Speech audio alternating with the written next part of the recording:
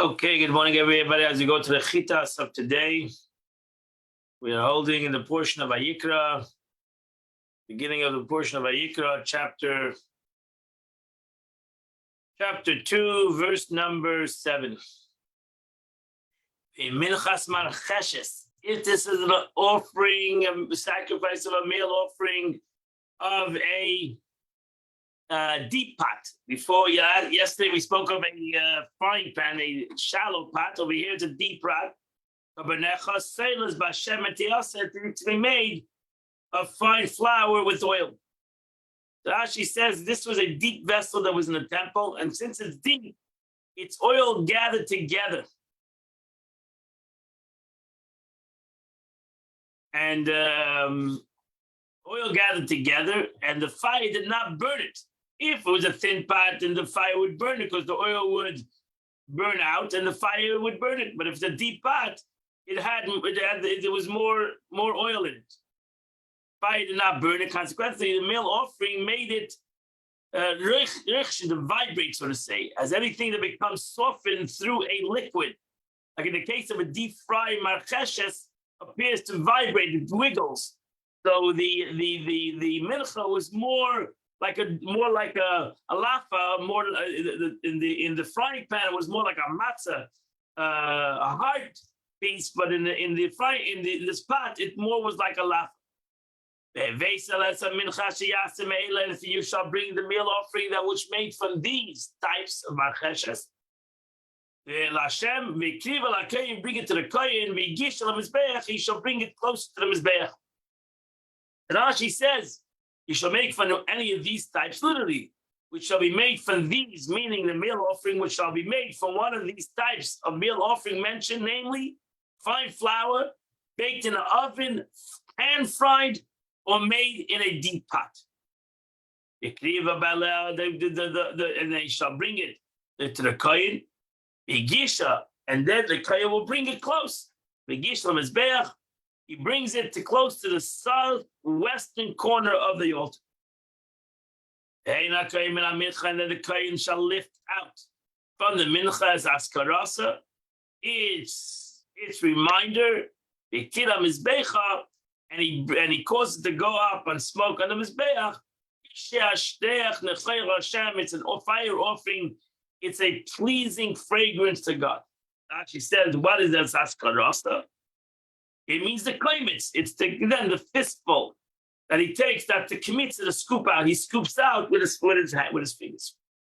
And instead, it's when mincha left over of this offering was la'aring to Aaron, Levanov, to his children. Kodesh Kodashim, it's holy of holies. Meisha Hashem, it's from the fire offering that was given to God. Home mincha, any meal offering, Asher takrivu Hashem, which you bring to God. You're not allowed to make it chametz. Has to be made based on. He calls because any kind of yeast, any leavening or honey, was never brought to the Eibush. Ashi says, when it says the vash, it doesn't only mean honey. Any sweet fruit extract is called honey. So there was no apple juice, there was no orange juice, there was no honey, there was no sweet liquids in the Beis Hamikdash. So everything was mixed with oil, etc. or water, but not with honey or sweet juices. Verse 12, carbonaceous. However, when you bring the first fruits offering on Shavuos, you bring it to God. But you're not allowed to bring it on the altar for pleasing altar. She says, what can you bring from leaven and honey? A first fruit offering, namely shtei alechem. That's we know on Shavuos that there was brought the 2 loaves of bread were brought to the Beis Hamikdash. Brought on Shavuos, which come from leaven. As it says, they shall be baked leaven. Later on, it says, you bring a leaven and bikurim. Bikurim is also brought the first fruits. So that's the only time you brought to the Beis Hamikdash. Not apples, it was dates, and because that was pomegranates all the first fruits and honey from dates. So they were all brought to the Beis Hamikdash. So those are the only times that was brought to him. It was not brought as a carbon. You didn't take part of the first fruits and put it on the Mizbeach. You didn't take from the Shtei Lechem from those loaves and put it on the Mizbeach. So the Mizbeach never had chametz. The Beis Hamikdash was once a year, was brought chametz and fruits. The rest of the year, fruits were not brought as a sacrifice. Neither, even the 7 fruits that Israel was blessed with, neither was honey, neither was any kinds of chametz, bread, was brought into the base.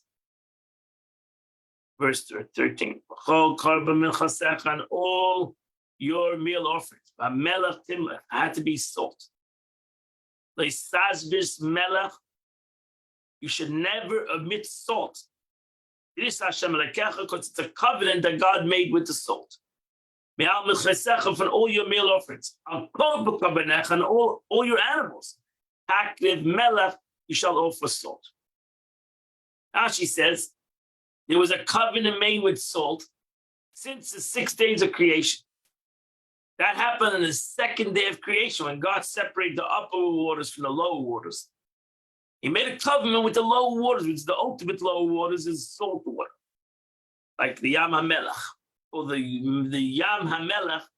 The Dead Sea in Hebrew is not called the Dead Sea; it's called Yam HaMelech, the Sea of Salt. So God made it because the lowest sea in the world is the Yam HaMelech. So God made a covenant with the lowest waters that would be salt. That even though He made the upper waters and the lower waters, He made a covenant with them that it will always be on the Mizbeach, there will always be salt. And how was they offered? The form of salt, which comes from the water, and the water libation on the festival also there was a water libation, which God appeased the lower waters, by bringing on Sukkot the water libation. A kolka banecha, including burnt offerings from animal birds, a murah, and portions of sacrifice. There was always salt. That's why the tradition is you always have salt on your table. If you bring a meal offering, the first fruit Hashem, aviv kalabesh, the first grains to be the Lord, you shall bring the first grains of meal offering from barley. This is a Pesach. We're coming to Pesach. Counting of the Omer. It's called the counting of the Omer because we started from the night of the second night of Pesach, which is the midchas the Omer, to bring the first barley to the Beis Hamikdash. As soon as it ripens, parched over the fire, kernels full with their husk, coarse meal. Rashi says, im, over here it says if. The word im here has the connotation when, not if. You have to bring the oimer. If you didn't bring the oimer, you couldn't eat any new fruits. So any new growth from the ground of wheat. So over here, it doesn't mean if you'll bring it, it's when you'll bring it, because it's not optional. The Torah is referring to Minchas Omer, the Omer offering, a community sacrifice brought on the 16th of Nisan, which is an obligation. Even if, as he mentioned previously in the Torah, that even if it fell on Shabbos, you were obligated to bring it. And when the Jubilee will be, and if not Jubilee, will be Minchas Bikurim, Minchas Omer. This scripture is referring to the Minchas Omer, the Omer meal offering, which was offered aviv, meaning as soon as the grain was ripened, and it becomes from barley, and it comes from barley. And how do we know that it comes from barley? Our verse says aviv, and the earlier verse says Sa'ida aviv. The barley was ripened in aviv. That's how we know that it comes from barley. Kali be'esh, where they dry the grain over fire in a roasting pipe. Our refers to a vessel used by those selling roasted seeds. They had to do this to the grain, for otherwise it would not ground up because it was still moist. It was just cut off, not let to dry like other grains are let to dry in the summer. Geidish Carmel, it needs to be broken up are still mers. Gerish, coarse meal, is an expression denoting breaking up or grinding the grit with the grits milestone. And likewise, indeed, he has made my teeth grind on the gravel. Similar verse, and my soul is crushed. Carmel, what's full in their husk. Carmel comes through cut as a husk, molly full. Thus, it means the grain is ground up while it's in its husk. It's full, meaning the produce is still fresh in the full of its husk. Hence, fresh ears of grain are called carmel. Similar, as it says in the pasuk, carmel b'tzikloinoi, sheaves of fresh grain in their shells. Satala Hashem, and you should put upon it oil. Samtalavina, you should put upon it frankincense. Mincha, this was also a carbon mincha of the oimer, of the barley. It was brought on second day of Pesach. The hikta kedas karasa, and the kaya will cause it as a reminder to go up, megirsha in smoke, megirsha from its coarse meal, mishamna from its oil, al kol alavena, with all the frankincense that you put part of it, isha al Hashem, it's a fire offering. That completes the Chumash for today. We are holding the middle of chapter 37 of Tanya. And Alter Rebbe, we see at any rate that charity, Alter Rebbe explained the power of charity, that it's considered, as all mitzvahs, considered a very important mitzvah. And but one might ask the question. The question is, we said it today in the morning. What our sages say that we say in the morning and in davening? We say Talmud Torah keneged kol. We say the learning of Torah outweighs all mitzvahs. So it means that if the learning of Torah outweighs all mitzvahs, it outweighs charity also. So how can you say before that tzedakah is the most important thing when you said this in your prayer every day? Statement of stages, the Gemara. Talmud Torah keneged kol. Alter Rebbe says the meaning of that statement is Alter Rebbe says Talmud Torah keneged kol is talking about the service of a person in his own personal service. In his own personal service of Talmud Torah goes to the depths of himself because he uses his machshava and dibur, his thought and speech. When he gives tzedakah, he uses his head, and he uses his hand and he uses his whole being, but it's not his thought. That's why you don't even make a bracha when you give tzedakah. The most important mitzvah, but it's one of the only mitzvahs that you don't have a bracha. There's no blessing to giving a tzedakah. So unlike action, which is external, so tzedakah is the most external. That's why tzedakah is symbolic to the concept of action, because it is the most concept of action.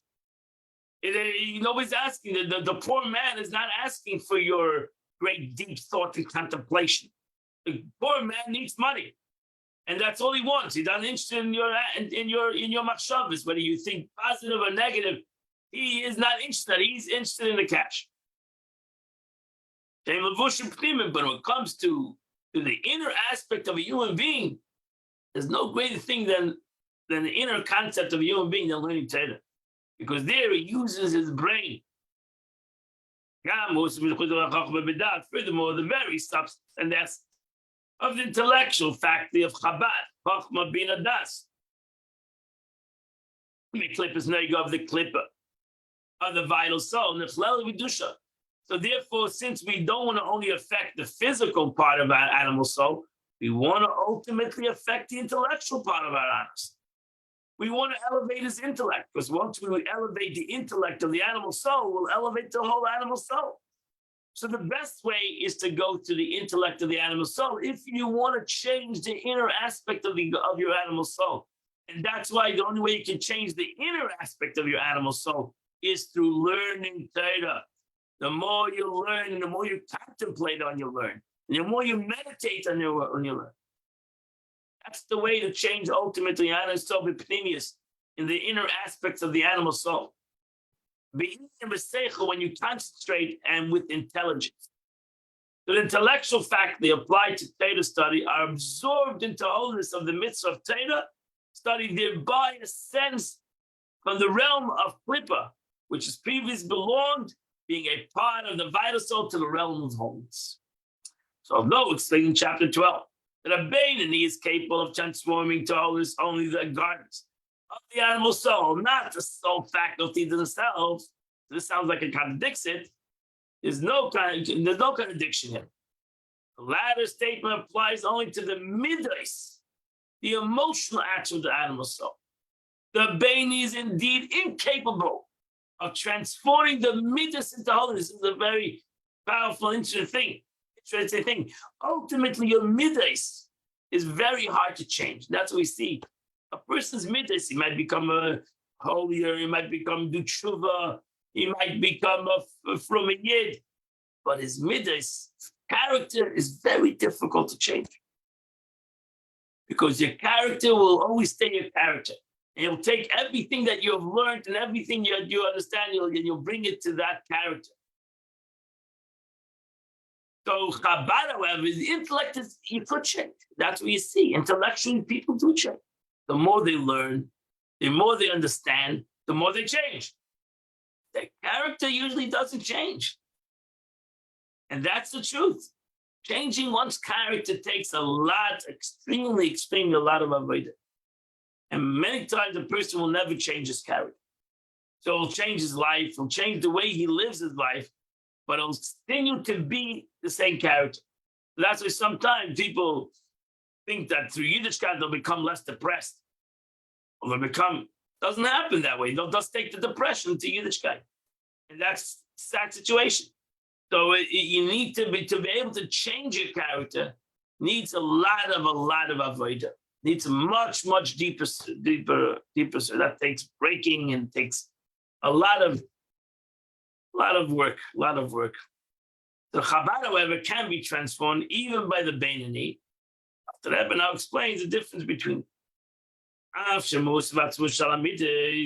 though the Beinoni is incapable of mastering the substance, the essence of mitzvah, Chesed, Gevurah, Tiferes, and so on. As to transform them into holiness. Why? Why can't we change our character? And because the evil clippers is so strong in the midas than in Chabad. That's where it is. That's where our evil is more in our evil says, I can all think good. Like we say, do what I say, don't do what I do. Intellectually, I can have all the concept intellectually, but still I get angry, I get frustrated, I hate. You have all intellect. I'm thinking different, because it's my nefesh of Bahamis doesn't let go of my midas, doesn't want to let go of my character.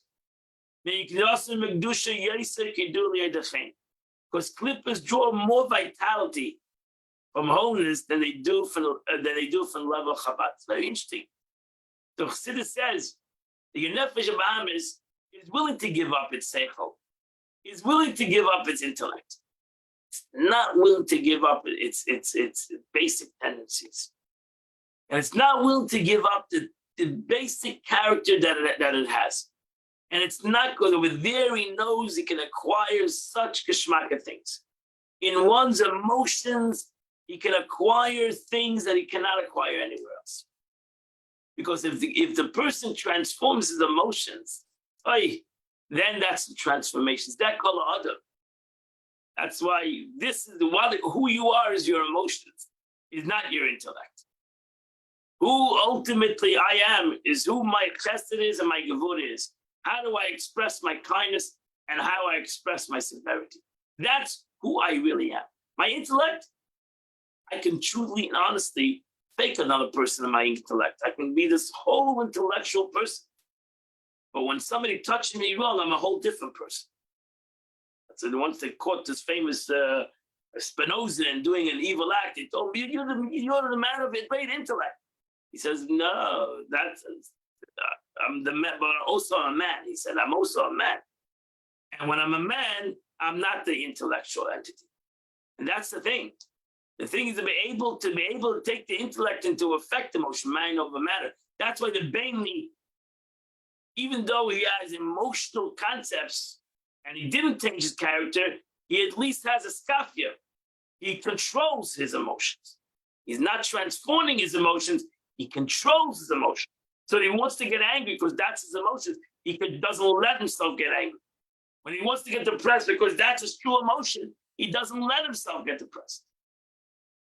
And all other evil tendencies that a person has. So the Yetzer Hara, my Yetzer Hara, my animalistic soul is not going to give up my emotions because there is where he acquires all aspects. And that's why you have the Mishnah. You have some people, the Mishnah says, Yatsa Schadam B'Seidah, that all the good is lost in their bad. And that's the sadness. You can have a person can have a lot of good, but one act of anger, we can't control, everything goes to waste. The Yetzer Hara acquires all what it needs from that one moment. So even though the Yetzer Hara is doing all this good, but he knows, I'll get what I need from that one moment of anger. That this person I know pushed it the wrong way, he's gonna get angry because that's his nature. He's not willing to give it up, and therefore I'll acquire all my power from that moment. And that's what you need to realize, how we need to overcome that moment. Because that moment, my nefesh habahamis receives all its power. So all the good that I do, my nefesh habahamis says, let him be this wonderful guy. I know I get him on the moment. All the good is lost in the hefsid.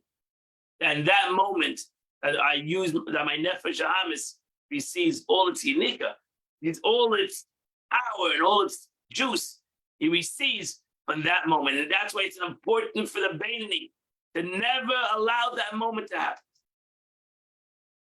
Never allow it to happen. Because he's never going to change himself, but he'll be able to stop that moment from happening.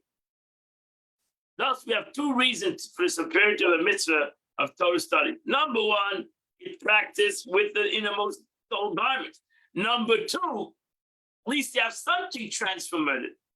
And then if you transform your mind, Chabad of your nefesh habahamis, then you can have mind over matter. You'll never do the moment because you have transformed your Chabad. You're using your seichel. You're using your intellect. So even though suddenly something pushes you to reveal your evil character, you'll always be a Chabadnik. You'll always be an intellectual person to overcome that emotional moment. That's the beauty. And aside from this, there's another far more important aspect, and the superiority of Torah study over all mitzvahs. The Milas Esek HaTorah are called mitzvahs. Based on the statement above in chapter 23 of the Tikkun Zohar, it says there that the 248 positive commandments are the 248 limbs of the king, right? Those of the limbs of the body, human body, is a receptacle for a corresponding soul faculty. So to each mitzvah is a receptacle for a corresponding expression of divine will, right? That's what we explained. Concerning Torah, so what is the mitzvah of Torah? However, it's written, Zohar, Torah, and the Holy One, blessed be, are entirely one. Unlike mitzvahs, which are merely the limbs, the Torah is the wisdom of God, and God and his wisdom, as we explained many times in Tanya, God and his wisdom is one. So it's not the limbs of God, it's God, in essence. Shad himself that I've explained it. Just as an example, the case of a human being. There's no comparison. The life force that comes into his leg, to the mind. Everybody understands that everything is controlled by the mind. Actually, the leg is felt by the mind. So there's no comparison between the leg and the mind, even though the leg is important. You can't get around without the leg. And the mind understands it also. But there's no comparison. You cannot live without your mind. You're brain dead, you're dead. There's no comparison between wisdom and any other limbs of the body. No comparison with your brain, which is your chachma bina das, your wisdom, understanding, and knowledge, to any other limbs of the body. Every limb of the body is, of course, bound to the soul, which provides it its light. Yet there are two separate entities which have been joined together. It's otherwise a relation between one's intellect and his soul. So even between your soul and your intellect, there's a greater connection between my soul and my intellect, between my soul and the rest of the body. The intellect is an extension and a part of the soul itself. That's why we say your godly soul is in your intellect, is in your maya. Thus, its unity with the soul is not that of two separate entities, which have been joined by two components of a whole. This difference between the limbs and the intellect illustrates the difference between other mitzvahs and Torah study. So too, it's only an analogy because we're not comparing God to our brains. There's no comparison, analogy, and allowing for qualification of any comparison between a human being and God. Self-understood is no comparison. However, by myriads of degrees, it's only an analogy. That's a problem. People get lost in analogies. They want to compare themselves to God. In no comparison, just an analogy. Oh, this ain't Sefer Hu. Take regard to the illumination of God's light. Which clothes itself into a physical mitzvah. In comparison to the light of God. What's in the wisdom of the Torah. The light of God that's in the wisdom of the Torah is no comparison to the light of God that comes in a mitzvah. Because the light of God, the wisdom of the Torah is one. Each person according to intelligence, his grasp, to learn Torah. To the extent that his intellect grasps the Torah, which he studies, is united with godness, with a unity comparable to one's intellect with his soul. That's the analogy. Just like my intellect becomes one with my soul, now my intellect becomes one with God's essence. Because that's the analogy. Because God's essence is in the wisdom of Torah. So when I Torah and my brain becomes united with the wisdom of the Torah, now that we become one in a unity between God. Because God and the Torah are not separated. You can't separate God from the Torah. You can't separate God from his wisdom. God and his wisdom is one. As I and my wisdom are one, as in the analogy, I and my wisdom are one, as like God and his wisdom is one. And when I take my wisdom and unite it with God, we totally become one. And that's why Talmud Torah Keneged Kula. There's no greater unity between me and God than me learning Torah. Although one grasps the Torah only through clothes of physical terms, I'm grasping the Torah through physicality, right? Through physical, like the law considering two men touching a garment, one a cow and a donkey. All the Torah is in all physical realities and physicality. Everything in Torah, especially in Jewish law, that's where God is found in Jewish law. And the Jewish law is a seemingly very physical law, scoring ox, and two people fighting over a garment. How then can it be said that through the study of the law, one attains the lofty unity of godliness? That's what you should realize.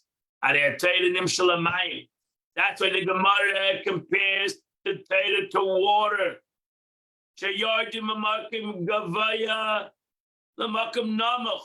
And the Torah is compared to water, because when you're learning ox scoring ox, my friend, this all comes all the way up from the wisdom of HaKadosh Baruch Hu. Don't take it like legal civil law. It's a law, the Eibishter comes down into the law of ox scoring ox.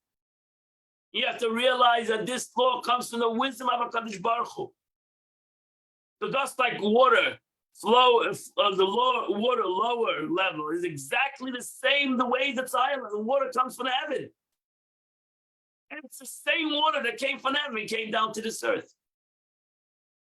Not a different water. It didn't change anything. The water that was up in the clouds, high up in the clouds, has now come down into this world. Similarly, the law of why. So why did the Gemara, why did the sages give that analogy that the Torah was compared to water? Because you should realize, just the way that the water comes from such a high place above us, comes down here into this world, and it's exactly the same the way it's above, it's below. So to the Torah. The law of Torah, although it is descended and deals with ordinary physical situations, ox scoring ox, still consists of God's will and wisdom. And that's why it's important to learn everything in the Torah. Even though you might think, I don't have an ox, you don't have an ox, and my ox is never going to gore your ox. So I don't have an ox. But it's the wisdom of God of ox scoring ox. That's why I learn it. Not because it's going to happen or not. Wisdom of HaKadosh Baruch Hu. And the wisdom of God is God. So I want to connect to God through God's wisdom. Thus, in study of Torah, one is united with God's will and wisdom, and thereby with God himself, Mishbael El has explained above. And that's why there's nothing greater in this world than learning Torah by yourself, learning Torah with others. Nothing greater, unity, especially when you live with others. Now you have the unity not only between us and God, we have the unity between us and God with each other, which that can be accomplished through the learning of Torah, that we can sit and learn Torah together, that we become united together with God as one. And now that's why it says when there's 10, when the 2 people learn together, the Eibush is with them. When there's 10 people learn together, there's even a greater revelation of God. Because here we're uniting with God's essence and with our essence together. So there's no greater unity than to learn with somebody else, and the more the merrier. That completes the Tanya of today. Today is the 28th day of the month. For some reason, it's not letting me to, oops, I think I just lost everybody. Today's the 28th day of the month, which is chapter 135 to chapter 139. I think I have lost everybody. I'm not sure, but I wish you all a wonderful and beautiful day. Wonderful.